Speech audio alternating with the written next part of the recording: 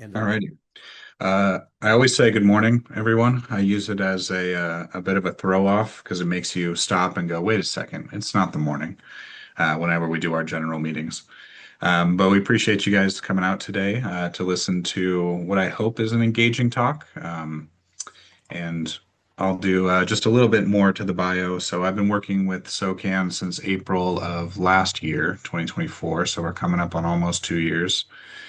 And maybe it's because I'm on the younger side, but I like to do a more a longer bio just to lay out my bona fides to let people know that I am, qualified to be talking, I suppose. So, as Bill mentioned, I have a Bachelor of Arts in Philosophy. I have a, Bachelor of Business Administration and International Business. I went to Hamline University, which is the oldest college in Minnesota, to get my degrees. And then when I moved back, I actually started working at the Department of Human Services as a workforce development consultant, working with low-income families.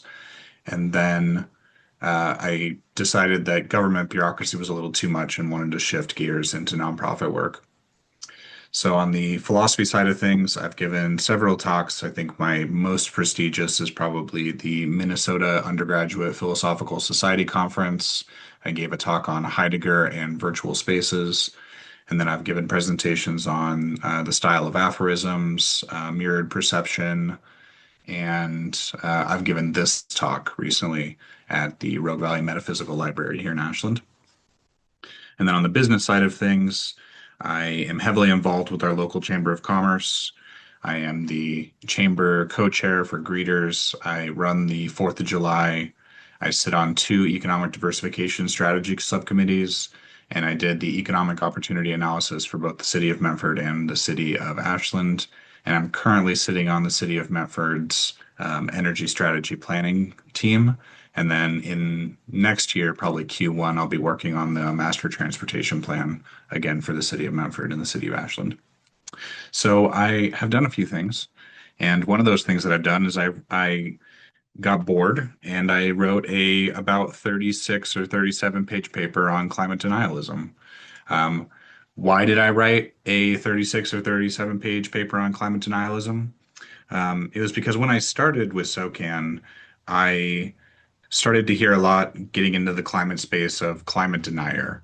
And I got to hear a lot of, oh, this person's a climate denier, that person's a climate denier. And then when I started to travel and do my work in more rural areas and just start engaging in conversations with different types of folks, I realized that there wasn't one climate denier. Like they all approached climate denial in different ways. They had different arguments. And I started to think, well, maybe we're doing ourselves a disservice by having just one thing, by just saying denier. And so I wanted to look at it from a sort of philosophy of identity perspective, where I could say, okay, I think there's more identities hiding under this label. So let's start to peel away some of the layers. And there was two that I started with in particular. And then as I wrote the paper, I was like, this face feels like it needs another one. This feels like it needs another one. And I ended up with six faces. I never intended for this paper to go anywhere. It was just sort of a personal, I'm just really curious about this. And then a few people heard that I wrote this paper, and now I'm kind of doing the presentation circuit. Um, so to jump in, I'm not going to bury the lead. Here are what I've identified as the six faces of climate denialism. The first is the non-participant. The second is the fatalistic resigned. The third is the misinformed. The fourth is the pseudoscientific. The fifth is the theological, and the sixth is the capital driven. And we'll kind of dive into each one of these and flush out a bit more about what each one of these faces is emblematic of and kind of the identities hiding behind these common types of climate denialism.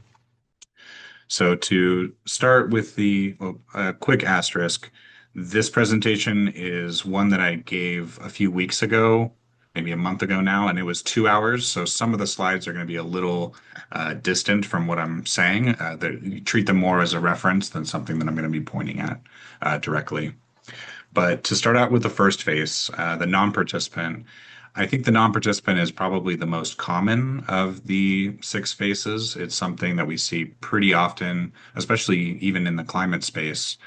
We see the non-participant being somebody who is they have all the knowledge to make the right choices. They're defined by they probably listen to the right podcasts, they probably consider themselves center left, they read the right newspapers, they understand, they could probably quote the correct amount of parts per million that we're currently at for CO2 emissions, but their awareness doesn't translate directly to action.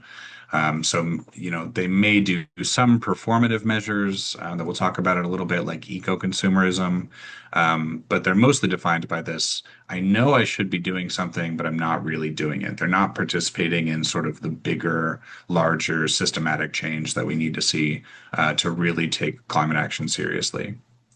And then toward the end, we'll be talking about kind of the antidote to non-participation, and that's where this community-based effort comes in, where we want to engage the non-participant in more community-based activities. And then we'll also be talking a little bit about psychological dissonance in how you end up in a space of non-participation. So to talk about the eco-consumerism first, the non-participant to me is somebody who almost does the bare minimum in order to avoid having to think about the problem. So this is somebody who maybe they drive a hybrid or maybe they're really big into shopping local. You'll probably see them at a farmer's market. They probably have a tote bag and a water bottle, but that's it. That's where their participation in any sort of climate effort ends. And in particular, they become problematic when we're talking about like larger scale change, like municipal level changes. My analogy will be from here in Ashland, but there's a large group of climate concerned folks who just refuse any consideration of adding bike lanes. Like they're inherently against changing the physical environment that they live in because they really just want to maintain the status quo. They'll talk about climate change. They'll use that tote bag and that water bottle. But when it comes to doing the harder work of more condensed housing, renewing our transportation system, looking into different forms of energy, that's where the performance stops and it becomes no, kind of not in my backyard sort of mentality.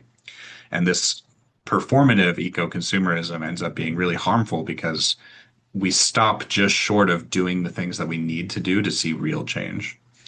I also mentioned in this slide a little bit of potential greenwashing because they're doing just enough in order to avoid having to grapple with some of that large scale change.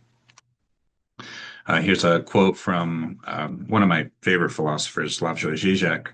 In this way, even if we are aware of the threat, the subtle message of our media is that we should just go on living the way we do with no great changes. Recycle your trash, put your Coke cans into one bag and old newspapers into the other, and you have done your duty. Again, that kind of performance ends at what is convenient, what is easy, what can I do without really changing anything about my life. I'm still going to do the things that I want to do and just give a head nod to the real problems that we face.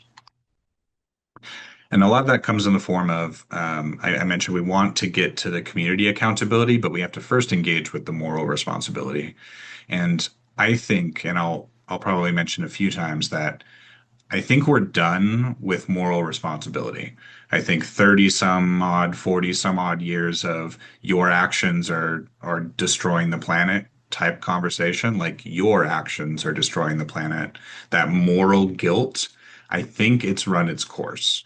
If you haven't been convinced yet that the future generations are important or turtles should not have plastic straws in their noses, if that hasn't convinced you, any more of these conversations is not going to continue to convince you. And I would argue that increasingly having conversations around individual moral responsibility leads to moral disengagement. You kind of a moral burnout where you just kind of stop caring. I can't do anything type conversations start to set in. So I want to propose that community accountability is what we need to have more of. I could quote a million different studies on how peer pressure works. I don't think that's something we really need to dive into. Everyone's aware of that community pressure, that social pressure. And so, how do we lean into that to make change less an individual person's responsibility and more of our community is making a decision together to advance things, to push forward, to have cleaner energy or cleaner streams or any of the hallmarks of where we're trying to push for a more sustainable future. To dive a little further into the moral disengagement refers to individual differences in mechanisms that reduce the perception of moral relevance, often after an initial perception or judgment of moral relevance, which moral disengagement subsequently negates, which is a really fancy way of saying you care about something and then nothing really happens, and then you kind of just burn out. You stop caring, you become morally disengaged. And that's what happens when we keep relying on moral responsibility, like the individual is at fault. And we keep pushing that narrative. We're pushing people away, and we're causing more and more of this moral disengagement. Like if I go to Safeway for lunch and buy a sandwich wrapped in plastic, I'm not doing it because I hate the environment. I'm doing it because I'm hungry and I have $7 in my pocket, right? It's not my responsibility that Safeway wraps their sandwiches in plastic. They could wrap it in any manner of things, but because of these systematic changes, I end up having to do things that I'm against, but I just don't have any choice. So instead of putting the guilt on the individual, how about we have that systematic community conversation? So leading in community is really important. And kind of the antidote that I suggest for the non-participant is finding ways to engage at a community level, whether that's local or, I mean, right now we've created a small sense of community here, and based over in Ashland. And even if we start to drag people from different parts of the coast, it doesn't need to necessarily be local, though local is helpful, but it's more about finding a sense of community, and then finding projects that that community can do to take bites out of a much larger problem. And we'll talk about scale a little bit further along. Um, but the last thing to say about the non-participant is they're primarily driven by convenience. It is an issue of convenience. What is the easiest? What doesn't change my life too much? There's a lot of people in Ashland who would be more than happy to compost, but they just can't be asked to go to ACE and spend an afternoon building a compost box. Like that's just out of the question. How do we make that easier? For example, I lived in Minneapolis, Minnesota for a while, and the compost was just right alongside the trash and recycling, even in homes. So, like they had just a green bin for compost. So it was easy as instead of throwing this in the garbage, I move my hands 2 centimeters to the right and put it in the compost bag, and that's the end of the story. So, how do we make things as convenient as possible? And in particular, when we want to talk about actions, we need to make actions easy. A lot of times, when we're talking about large scale activism or massive changes, ease is not always the front of the consideration, but I argue that it needs to be. We need to get away, we need to push back against sort of a tyranny of convenience in order to make things adoptable. The easier they are, the easier people will adopt certain behaviors and practices. And as an example of that, earlier this spring, I went with my partner to Oslo, Norway for a week, the first vacation I've taken in a long time. And we spent a week there, and the thing that I was blown away by the most was how hard you would have had to try to not be sustainable. Everything was sustainable. All the to-go things that we got were sustainable. All the trash cans were well labeled. There was a ton of them. I think you would have had to take plastic wrap from the United States in your bag and spread it around town in order to try and be unsustainable. There was an amazing public transportation system. There was almost no cars at all, and those that were electric. I think the two of us counted two internal combustion engines in a week in a capital city, which was incredible. There was electric bikes and electric scooters everywhere, which seemed to be the primary mode of transportation for most people. But it was just amazing. And I was talking to a cab driver on the way to the airport when we were leaving, and I was amazed that he almost couldn't grapple with the concept of being unsustainable because it's just what you do. It's the only choice that's available to you is the right choice. So it's a really easy choice to make. So I think that that easification, making things as easy as possible, is really important when we're talking about climate actions. And then to move on to phase number two,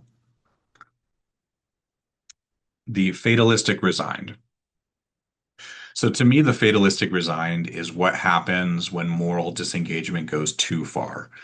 So you've kind of gone way past just being disengaged and burned out, and you enter a territory of hopelessness and just completely giving up.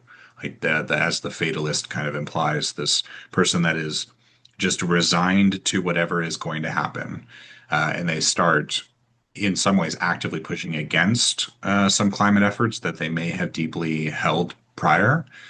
Because they're like, hey, why should I recycle when Taylor Swift is just going to hop in her jet and do circles around the US 100 times? And what does that matter? And they start to get into this cycle of nothing matters. Why should I participate? And the that sort of fatalism and almost doomerism can be really powerful and really crushing as an influence. And I argue it comes from that sort of extreme moralization. There's also elements of systematic inertia. So humans advanced really, really, really quickly over the last 200-ish years. We advanced way beyond our biology, and we're feeling a lot of more consequences of that now when we're talking about the scale of issues. So I have here that we were um, conditioned to see in terms of villages, not in terms of planets. Like we're not an interplanetary species yet. So talking about the globe and global issues feels too big. I mean, it's hard to even imagine a billion as a concept. I love to go back to the data that says a million seconds is about 11 days, and a billion seconds is a little over 31 years. Like 30, even 31 years in some respects is a hard amount of time to grapple with. Like we're just not built for scale. And that kind of crushing realization also compounds to the fatalist perspective where you're okay, this is a global problem. What is my Coke can that I put in the recycling bin actually going to do? Because we can't see the impacts of 1,000 tiny things. Like 1,000 tiny issues got us to this point, and 1,000 tiny issues are going to get us out of this at some point. But it's really hard to see when we have to think in terms of this really large scale problem. This is a quote from a psychology professor related to when we're talking about big issues and global issues, we sometimes run into compassion collapse. So people tend to feel and act less compassionately for multiple suffering victims than for a single suffering victim.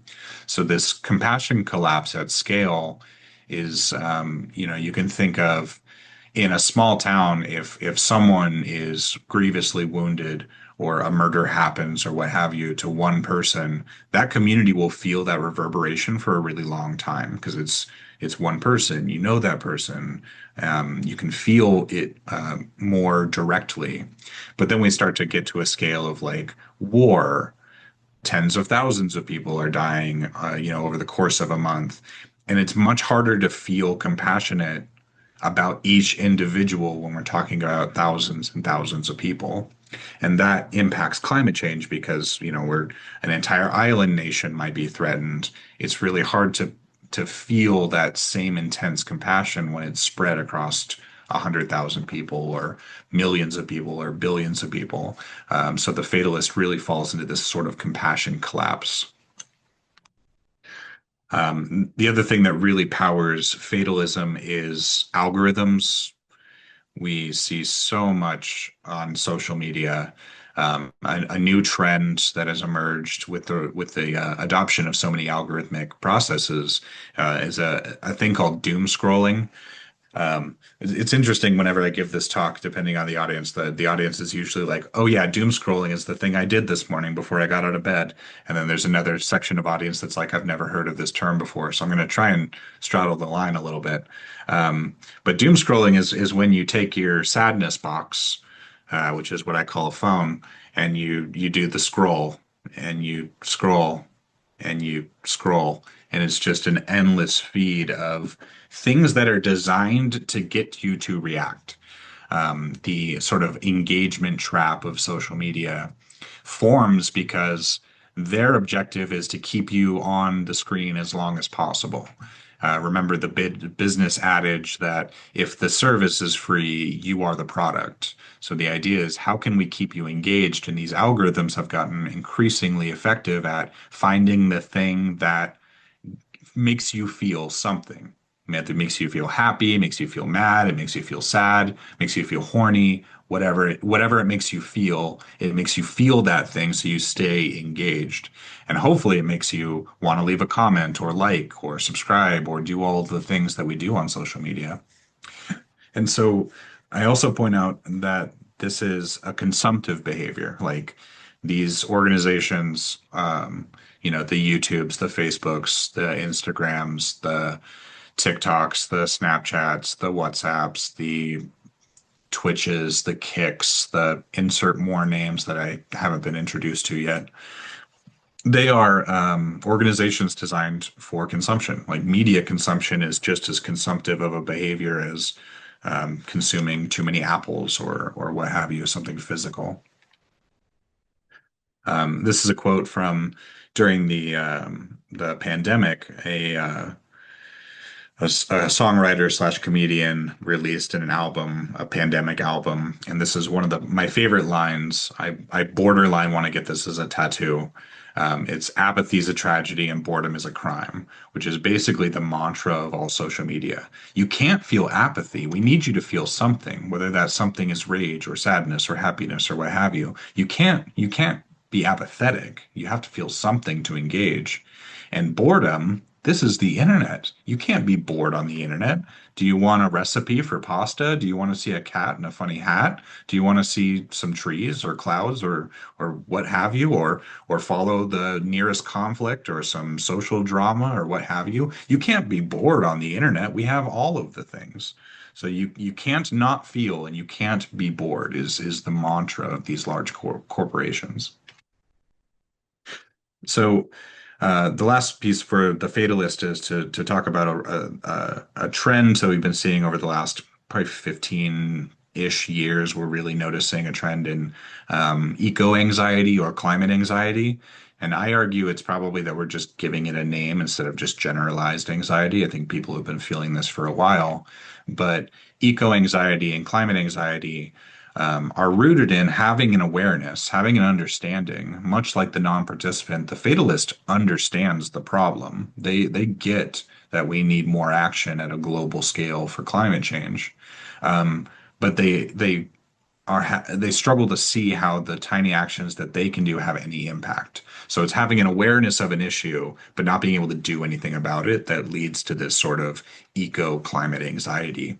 It's almost like there's a fire a few ridges away, and you know the fire's there, and you know it's doing something, but there's not a whole lot you can do about it. That anxiety feeling that you get. So there's a lot to be said about eco anxiety. One of our board members at SOCAN is a specialist on it, but I think I'll leave that there for time. To switch more to kind of antidote thinking, I argue that the fatalists, how we address the fatalist is the same way as how we address the non-participant. So first, we need to recognize that humans caused the problem, which in some spaces is still contentious, but humans caused the problem and humans can get us out of it. I like remembering this because this is not some act of God that we have no control over. This is something that we did and something that we can undo. So having that mantra for the fatalist is important. Like it was over 250 plus years of dumping things into the atmosphere that we got here.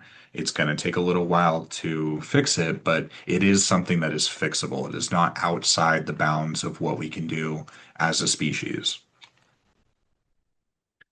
Since the individual is defined only by his relationship to the world and to other individuals, he exists only by transcending himself, and his freedom can be achieved only through the freedom of others. This is a part where there's a few slides that got cut here, but I'm quoting here French philosopher Simone de Beauvoir, who was post-World War II kind of French existentialist theory. I think existentialism is a great tool to use against fatalism because it sort of not immunizes against extreme fatalism, but it provides an avenue for expression of meaning. So here, Simone's quote is pointing to personal identity is defined in a lot of different ways. We define personal identity for ourselves, like I am this, I am an author, I am what have you. But we also part of our identity is how other people see us, right? I might not think I'm a public speaker, but you all here are listening to me be a public speaker. So here we are, like creating a co-identity. And Simone points out that once we realize that some of our personal identity is a reflection of those around us, we can harness that and start to engage with our community, much like the non-participant. The community is the antidote to the fatalist as well, because we can then see ourselves as person who participates in a community garden or person who does X sustainable activity, person who cleans up a stream, because it's an activity that we're doing within a group. And so that reflection gets reflected back to us. Um, um, and then we need to start to focus on, I mentioned scale at the beginning for the fatalist. We need to break the scale down, not focus on global issues, but focus on what can we do locally? How can the Oregon coast be the best version of itself? How can Curry County or Coos County or Jackson or Josephine or even cities within those regions be the best version of themselves so we can break this larger problem, this global greenhouse gas problem, into what is my area doing? What is my city doing? What is my neighborhood doing? And setting those types of goals.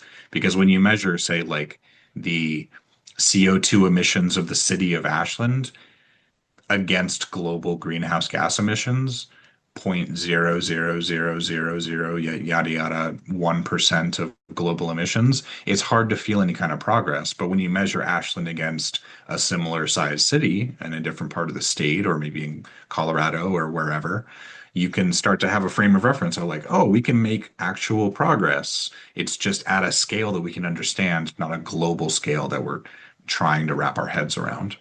So local systems is where we find more impact and more community in order to sort of provide an antidote to this fatalism. All right. The third phase, the misinformed. So the misinformed archetype is someone who is misinformed, but they're not misinformed because of really any fault of their own, generally. They're misinformed because usually they just don't have any time. I like to point at my sister for this example. Single mom, two kids, she's a kindergarten teacher. She is not going to do heavy research into climate change. She doesn't have the propensity for it. She doesn't have the energy for it. She kind of could care less. And as a result, she ends up hearing things, on her drive to work or reading things on Facebook or wherever she gets her news from. She'll find these little sound bites that just kind of get implanted into her head. And then she is spreading misinformation when she talks about it. So it leads to us having to have more in-depth conversations of, no, that point is wrong. This is how we correct this. But the misinformed is generally somebody who just doesn't have time to engage with whatever topic. And I talk about more in my paper. I'll only mention it here.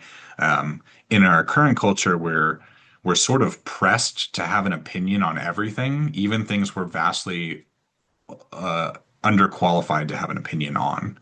Like, most recently, I don't know, pick a celebrity death in the last like 6 months. Everyone had to get on the internet and say this or that thing about that celebrity. I think when I wrote this paper, it was Ozzy Osbourne. And I don't know anything about Ozzy Osbourne. Like, I don't need to have an opinion on Ozzy Osbourne, whether he was a good or bad or legendary or whatnot. Like, I don't need to have an opinion on that. But because of social pressures, especially on social media, we feel compelled to have an opinion. I need to have an opinion on climate change. I need to have an opinion on administration or immigration rules or XYZ. And we need to start to strip some of that away. Like we don't always need to have an opinion on everything because that's how we end up latching on to sound bites and regurgitating those sound bites to other folks. Um, in ancient times, having power meant having access to data. Today, having power means knowing what to ignore. One of the ways we get to be misinformed is by these floods of information. So when books were rare, when information was harder to acquire, it was the power meant having access to those books, to having access to that information. But today, if you want to hide something, you just unleash a torrent of information, and then how do you pick what is correct out of 10,000 pieces of nonsense? It's become really easy for PR campaigns or malicious actors to just sort of flood the field, and then it doesn't matter because people are going to just grab whatever pieces they end up grabbing. There's a term I use in the paper called info glut, where we just have access to so much information it becomes nearly impossible to parse. Like this. Here's a great example. This is what you see, whenever you log onto your social media is just tons of random text. People are saying things. Some of them are bots. Some of them are just wrong. But you're just inundated with all this information, and it becomes hard to pick out pieces that are important to look at or correct in some cases. Another aspect of the misinformed is the illusory truth effect, a well-studied cognitive bias that occurs when people start believing something is true simply because they heard it enough times. So, if someone, uh, unicorns do exist, and then you turn on the radio, unicorns do exist, and the guy at your local bar is like, hey, did you hear unicorns exist? No matter how silly it is, the more you hear something, the easier it is to be like, well, maybe they did discover unicorns do exist somewhere. And that has to do with that sort of deluge of information that I just mentioned. When you just pump a ton of information out over and over and over again, eventually people just kind of get worn down and they go, yeah, I mean, maybe there are unicorns. But I can neither confirm nor deny. We also see this kind of illusion of consensus form around that repetition of bad and misinformation. Social validation replaces verification. So again, when we hear misinformation, using my sister again as the example, she heard something and then she's going to repeat something. And when you're in a sort of more trusting space, say she repeats it to a friend or a family member, they're much more willing to take that social validation, like, oh, this person is generally well knowledged, so they must also be correct about this thing, and not taking that extra step to look over and verify some of the information. And then scale accelerating, again, coming back to this idea of just the massive deluge of information is really hard to get around, especially when there's coordinated mis and disinformation. And the algorithms love to push things that, again, want you to engage. Things that are nonsense make you want to share and say, hey, isn't this nonsense? Or make you angry that people are sharing nonsense. And we get sucked into this cycle. Here's a quote talking about the illusory truth effect. Since its discovery in 1977, the key finding is among the most robust results in cognitive psychology. A given claim is more likely to be judged true when it has been encountered before. And I do slightly notice the irony of me saying that after describing the illusory truth effect, as if I'm trying to convince you that it's true. But this has citations, so please scroll through the academic literature. Another issue we have with misinformation is attribution. So, in this quote from the book Nudge, to be sure, the science of climate attribution is rapidly advancing, and many scientists correctly emphasize that climate change increases the expected frequency and severity of hurricanes and fires. Still, it may not be possible to insist that any particular event is attributable to climate change. And we've seen this a lot in like the last 5+ years of particularly news articles getting a lot better at saying, this hurricane or this wildfire was made worse through climate change. We're getting a little better at that attribution, but climate science is still forecasting, and it's really hard to say for sure that any one event is directly correlated. For example, the storm that hit Jamaica in late September, early October, the most powerful storm to hit Jamaica, the earliest point of the year on record, we can say that the conditions were made worse because of a warming climate, but it's hard to look directly at that hurricane and say that is 100% climate change. In the same way that cause and effect of me snatching the phone out of your hand and smashing it on the ground, you could say you took my phone and smashed it on the ground. It's harder to properly attribute, and that leads to some misinformation.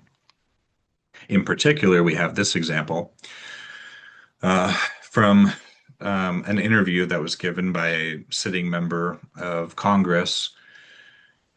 Quote, space solar generators collect the sun's energy and then beam it back to Earth to a transmitter to convert to electricity. If they are beaming the sun's energy back to Earth, I'm sure they wouldn't ever miss a transmitter receiving station, right? Could that cause a fire? And that is, of course, Representative Marjorie Taylor Greene talking about the Paradise Fires in California, where Representative Greene speculated that perhaps space lasers were the cause of the Paradise Fire. And it can be easy to dismiss in some ways, like, no, there are not space lasers causing wildfires. But the problem that we get into is with this sort of speculation is some non-zero percentage of people might now think that there are space lasers causing wildfires. It might seem humorous, it might seem silly, but some people might trust the authority that is making these sort of speculations. And that's where sort of just asking questions can become a little bit dangerous. Um, Moving toward the end of the misinformed, we have to talk about disinformation campaigns. I'll talk about it a little later on with one of the last phases, but we do need to realize that organizations like BP and ExxonMobil have been shown, this is not up for debate at this point, to have paid PR campaigns to pump misinformation into ecosystems.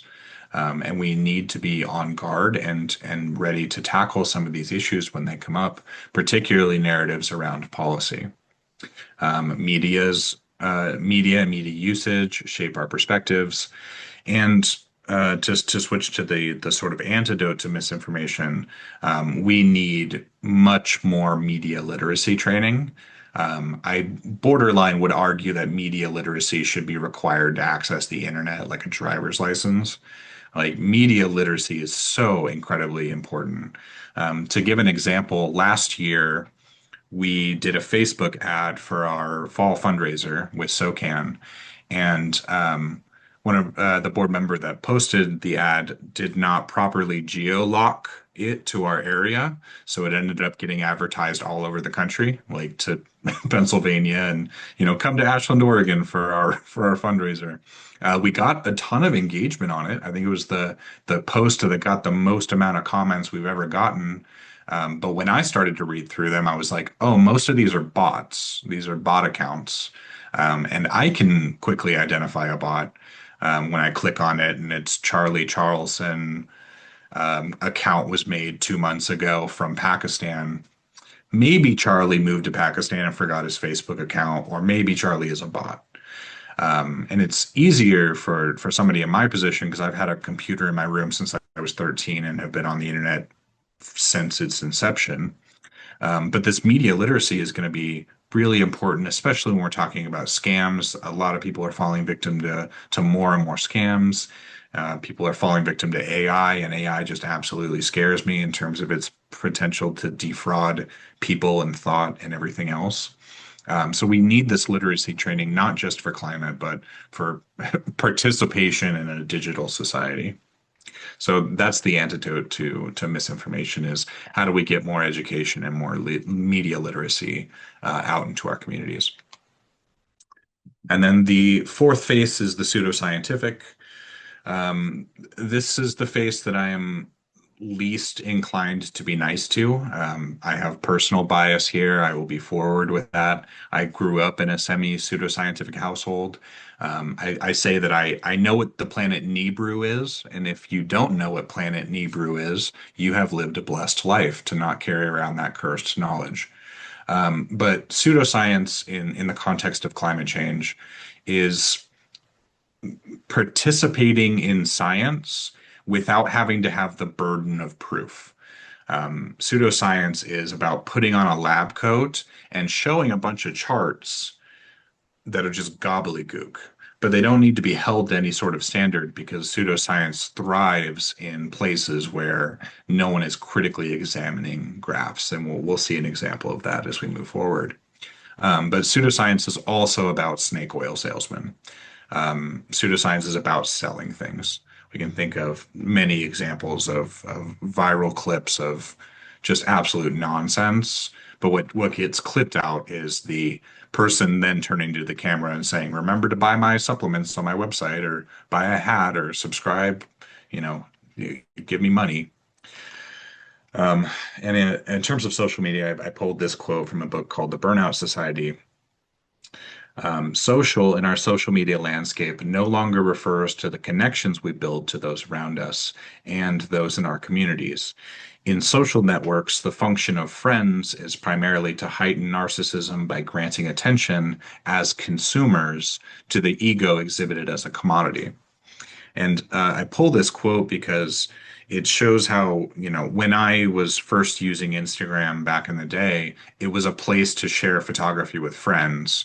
Now it's a place to buy things. Like it's just influencers trying to sell me stuff. Most of my friends have stopped posting anything personal on Instagram. We all just kind of use it as a video scroller slash shop to find the latest consumer thing that we want to buy. But it's these sort of pseudo social networks and where pseudoscience thrives because it's all about the sales and all about how do we treat social as consumerism, as a commodity. Here's an example of how pseudoscience can be extrapolated from good science. So this was a Doge report earlier this year. They found that scientists were spending $500,000 putting shrimp on treadmills. Isn't that ridiculous? Shouldn't you be upset about that? That's not real science. What can we get out of putting shrimp on treadmills? And the real science was changing ocean currents affect bacteria growth on shrimp, and how does that impact the bacteria growth? So if you eat seafood, knowing how bacteria growth is changing in a warming ocean is pretty important. And funny enough, in this particular example, like most scientists, the lead researcher actually built the shrimp treadmill out of their garage. So none of the money actually went toward this real science, but it doesn't matter because it's just what can we take from the science to masquerade as something else. The next, I'm going to talk about Greenpeace and the Heartland Institute. The documents confirm what environmental groups such as Greenpeace have long suspected, that Heartland itself is a major source of funding to a network of experts and bloggers who have been prominent in the campaign to discredit established science. In particular, I could have chosen many examples, but I picked this one of Patrick Moore. Patrick Moore was one of the founders of Greenpeace, where he worked for about a year and then proceeded to ride the coattails of being the founder of Greenpeace for the next 20 some odd years. He is a well-known and well-recognized industry shill. In this image, I took a screen cap of when he was absolutely destroyed by a reporter in France. He had gone over to pitch the safety of Roundup weed killer as being non-carcinogenic. And he was going on a tirade, and he says to this interviewer, "You know what? Let's settle this right now. Let's settle this debate once and for all. I'll drink a glass of Roundup, and we'll just have it all be settled." And the interviewer didn't miss a beat. He pulled out a glass and a bottle of Roundup and said, "Here you go." And Patrick Moore proceeded to run out of the studio, presumably change his name and leave the country, because I don't know how you would recover from that level of embarrassment. But these large institutions like Heartland are well known for paying shills like Patrick Moore to shill bad science. In particular, they like to play dress up. I mentioned the lab coat a little earlier. They play dress up with science. So they use the charts, they use sources sometimes, they use the veneer of the authority that they want to take authority away from. So it's called, in my paper, I call it paradigm mimicry from Thomas Kuhn. And that's using the form and the substance of science without actually doing any of the science, or doing science badly and pretending that you did the science, or usually that you have access to the real science and the NASA has the fake science. It's all a way of dressing up bad information to appear like its authoritative counterpart. Um, I'm going to jump to the next slide. So this is an example from a one of the pseudoscience community that I pulled and how they extrapolate bad data. So there was a video that I pulled some of this from. This influencer was arguing that there was a key glacier in Greenland that was gaining ice. And how can climate change be real when we have evidence that this one sheet in Greenland is actually gaining ice? Wouldn't it be silly? Like those climate folks are out of the question. And they pointed to this graph of a little line going up. Hopefully everyone can see it, but there's a little spike of a line that's starting to go up. And they wrote articles and they went on podcasts and they paraded this information around. Look, this ice sheet is gaining ice. The keen-eyed were like, well, that's maybe that's important, but where's the rest of the graph? And the rest of the graph is here, where we see that this is what they were pointing at, this little tiny increase all the way down here at the bottom, which does nothing to disprove a 20-year trend of it going down. But the key to pseudoscience is find the piece of the graph that agrees with you and make the most and biggest deal out of that piece. Pseudoscience is also heavily guilty of relying on the what I call the conspiracy of the boogeyman they, the scary they. Like you've definitely come across it before. They don't want you to know that the earth is flat. They don't want you to know that, Chinese spies have infiltrated whatever. They don't want you to know something. They rely on this they. Whenever I hear a pseudoscientist say they, I'm immediately on guard because what do you mean they? Would you like to explain that for the rest of the class?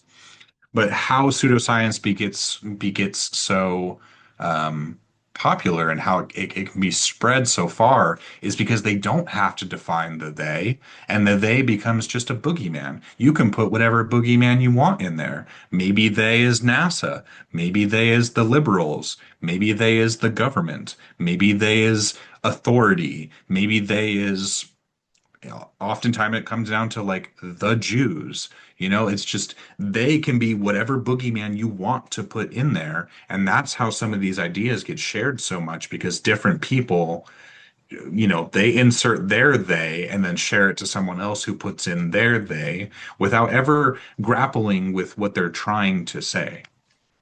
I I could drown on and on about this point, but I'm looking at the time and I won't stay there. I think the last thing I'll say about pseudoscience is that it's profit motivated. There's a lot of money to be made in disinformation and misinformation in pseudoscience. A lot of people make a lot of money selling bad information. And if there was less financial incentive, there would be less people doing it.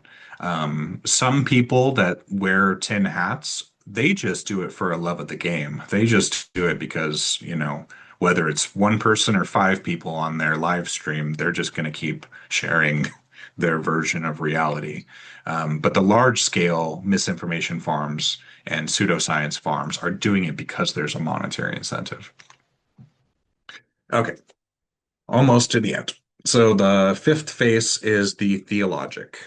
I put this in there because I think it's important, especially when I was writing it for some science communities. I think sometimes it's easy to forget in certain circles how important theology is to a lot of people. And theology, in this case, I'm mostly going to be picking on evangelical Christianity as it manifests in North America.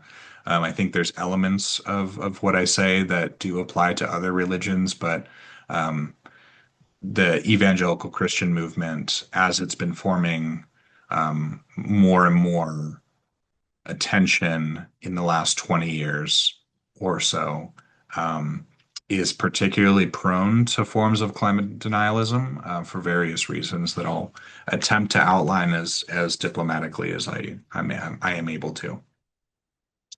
Um, the first is to talk about dominion theory.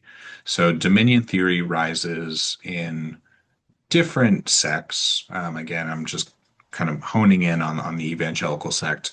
But dominion has a tendency, dominion being God placed the earth where it is and gave us, as the prime species, dominion over all life to do with as we will. And the result of that thinking tends to flip between a stewardship perspective of we have dominion, therefore we need to take care of the planet, and a domination perspective of we have dominion, therefore we can do all the resource exploitation that we want to do. And historically, it kind of wiggles back and forth. We'll see a little later on about historical conservationism, but it's important to note that dominion piece. And then it's also important to just always keep in mind that eschatological thinking exists. So when I was originally putting this together, there was yet another rapture scare that flooded social media. It was September 23rd, 2025. I think this is the 10th rapture that I've lived through. And what worried me about this particular rapture was how quickly it got lampooned by people who were like, oh, look at these silly folks thinking the rapture is going to happen, which, okay, fair. But um, we risk forgetting that eschatology exists, and there is a not insubstantial amount of people who believed it was going to happen, who have these kind of end times theological perspectives. And it's really important to remember that this sort of ideology exists because these individuals do also vote and do also participate in things. And it's hard to do long-term 40, 50, 100-year planning if you're under the assumption that the end times are just around the corner. So it's important to remember eschatology exists. Unless you're in religious spaces, you probably won't brush up against it in order to have any impact on eschatological thinking. But it's important to just remember that that piece is there. I'm going to jump that slide and jump into this one. I want to talk about the importance of membership and social identity. So, religion at its core is the creation of a community of practice. So, whether that practice is you go to church on Sunday or go to church on Saturday, or you wash your feet first thing in the morning, or you turn east when you pray, or you rub a statue of the Buddha for good luck, or you don't eat cows, or whatever your expression of a practice is, these communities of practice form a really heavy foundation of a social identity. And once you're involved in that social identity, it becomes really hard to break away from that. If how you identify yourself is I am, good Christian or I am good whatever, and it becomes a part of how you define yourself, it becomes really hard because of social ties and communities of practice to push against some of these aspects. So in a Pew Research study, um, actually, I will go back to this is the quote that I want. For example, a third of all evangelical Protestants say that climate change is not a serious problem because there are much bigger problems in the world. Fair. Nearly as many say it's not a problem because God is in control of the climate. So that goes back to the Dominion piece. Sorry, I'm jumping around a little bit. I forgot the order of my slides. Another 1 in 5 say that they hear some discussion of the topic of climate change from the pulpit, but 7 in 10 say they hear little or nothing about it. And it's this not hearing it, not having these conversations that keeps the social fabric from pushing in any particular way. So it's important that people within religious communities have conversations with other folks in religious communities to make the social friction less in being able to explore some of these concepts. Um, I think looking at the time, I want to get to my last one. So I'm going to jump over a couple of slides from theology. Um, I think this is the last important piece I want to talk about with the theological perspective. When I was saying that the kind of stewardship versus domination um, has fluctuated over time. I think when we talk to theologically minded individuals about climate change, we need to be focusing on stewardship and ideas of individuals as caretakers of the domain. When we go back in time, so from this quote, virtually all its founders in the 19th century were within a generation of a Congregationalist church. Presbyterian progressives made conservation, parks, and forests into a national cause.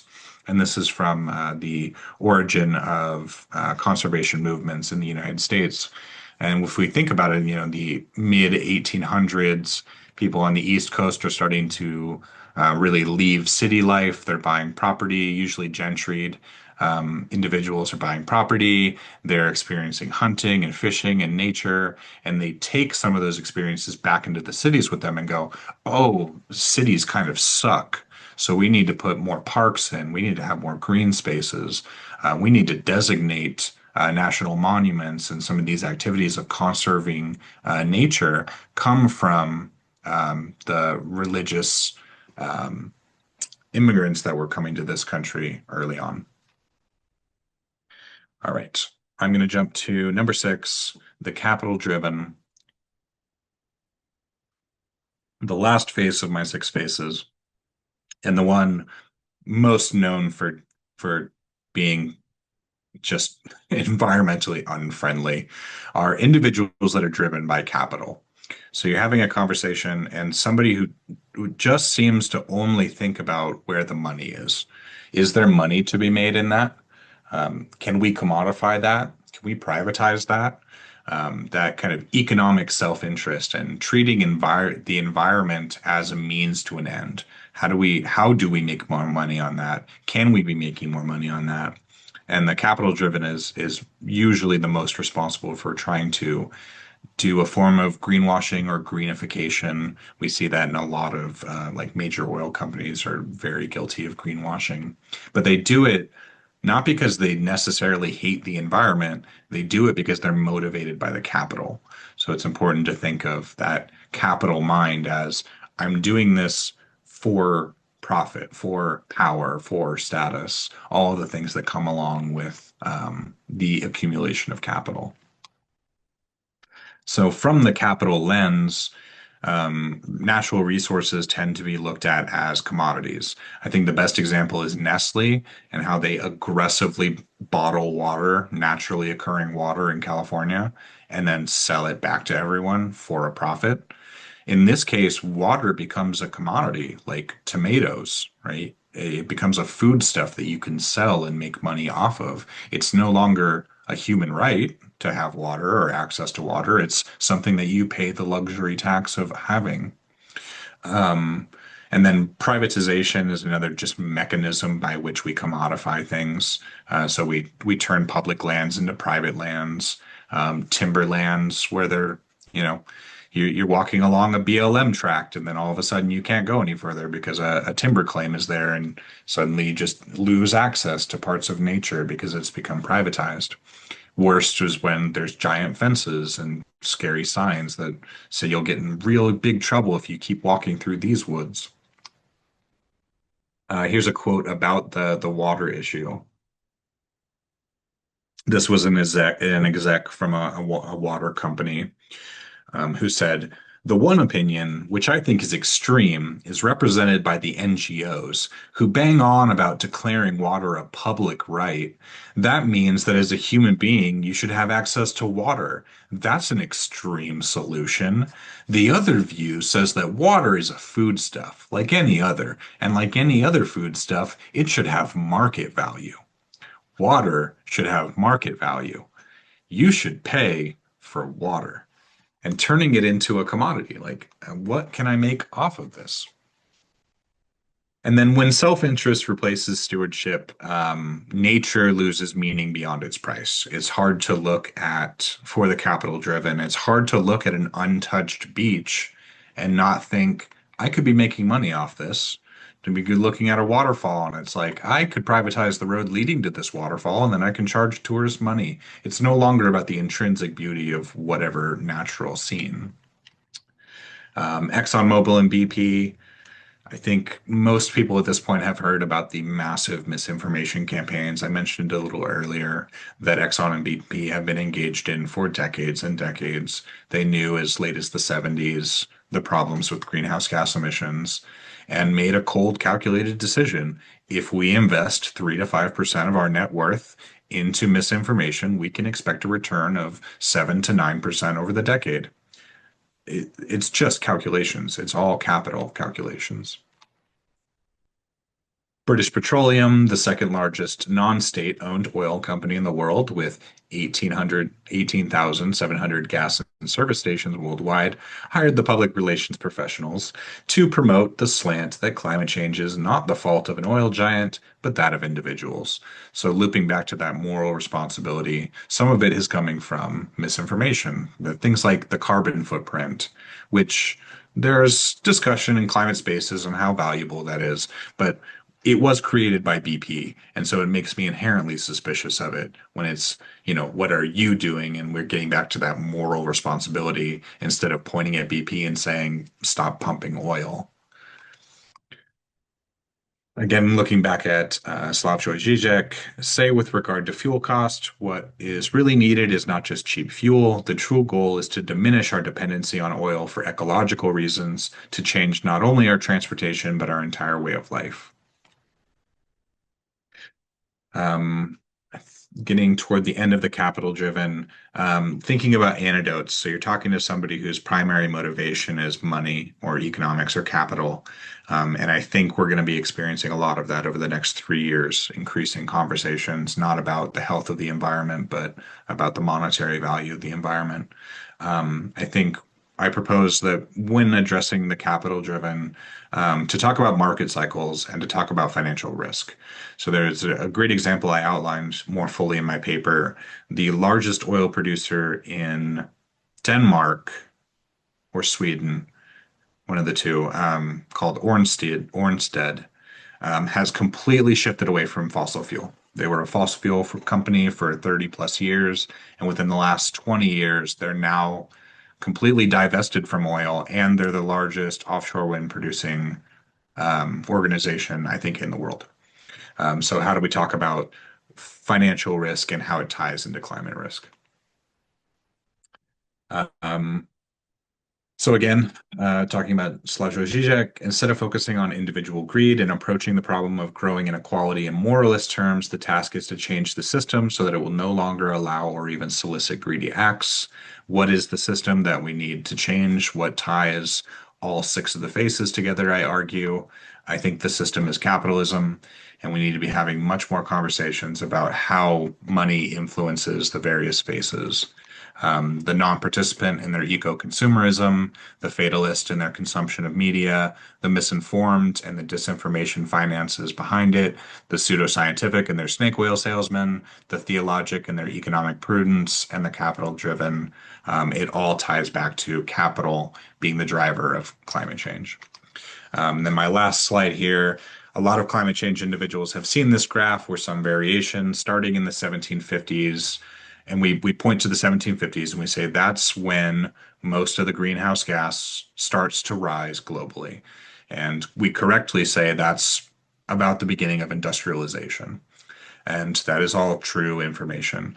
But I think we lose something when we don't also point out that in the mid 1700s is when we see the rise of capitalism as an economic model. Prior to the 1700s, we saw mercantilism being the dominant force, which is primarily trade based and usually between governments. You have bushels of spices, I have silver. You have cows, I have pigs, let's trade. But when we started to see the expansion of colonial powers in the 1700s into the 1800s, you could no longer, or when a government's ambition was to, you know, have global control, you can't do that with artisan rifles, like handmade rifles. You need factory produced rifles. So the rise of the factory, is the rise of private enterprise, and it wasn't but 100 years later in the mid 1800s that we see Das Kapital, and the Communist Manifesto was written as an example, a direct response to the growing capital influence. So we see some of these elements appear, and we need to start tying not only the Industrial Revolution to the start of climate change, but the rise of capitalism as well. And I believe that is my last slide. So I have talked at you for a long time, and now I will stop talking at you for a while. Thank you much. Daniel, I think there's a lot to think about, a lot to contemplate.